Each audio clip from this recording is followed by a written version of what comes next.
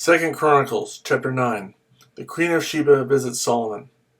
When the Queen of Sheba heard of Solomon's fame, she came to Jerusalem to test him with hard questions, arriving with a very great caravan with camels carrying spices, large quantities of gold, and precious stones. She came to Solomon and talked with him about all she had on her mind.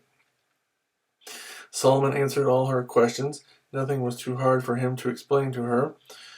When the Queen of Sheba saw the wisdom of Solomon, as well as the palace he had built, the food on his table, the seating of his officials, the attending servants in their robes, the cupbearers in their robes, and the burnt offerings he made at the temple of the Lord, she was overwhelmed.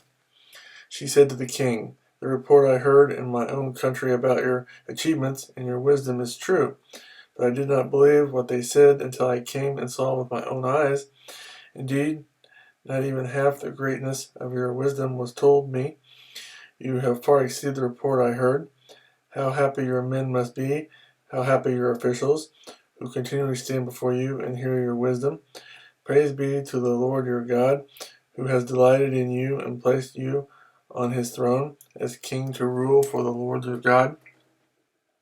Because of the love of your God for Israel and his desire to uphold them forever, he has made you king over them to maintain justice and righteousness." Then she gave the king 120 talents of gold, large quantities of spices and precious stones. There had never been such spices as those the Queen of Sheba gave to King Solomon. The men of Hiram and the men of Solomon brought gold from Ophir. They also brought algum wood and precious stones. The king used the algum wood to make steps for the temple of the Lord and for the royal palace, and to make harps and lyres for the musicians. Nothing like them had ever been seen in Judah. King Solomon gave the Queen of Sheba all she desired and asked for. He gave her more than she had brought to him. Then she left and returned with her retinue to her own country. Solomon's splendor.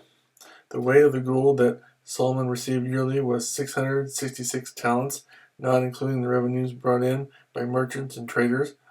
Also, all the kings of Arabia and the governors of the land brought gold and silver to Solomon. King Solomon made 200 large shields of hammered gold. 600 bekas of hammered gold went into each shield. He also made 300 small shields of hammered gold with 300 bekas of gold in each shield. The king put them in the palace of the forest of Lebanon. Then the king made a great throne inlaid with ivory and overlaid with pure gold. The throne had 6 steps, and a footstool of gold was attached to it.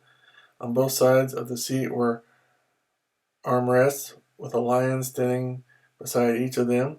12 lions stood on the 6 steps, one at either end of each step.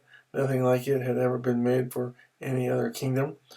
All King Solomon's goblets were gold, and all the household articles in the palace of the forest of Lebanon were pure gold. Nothing was made of silver, because silver was considered of little value in Solomon's day.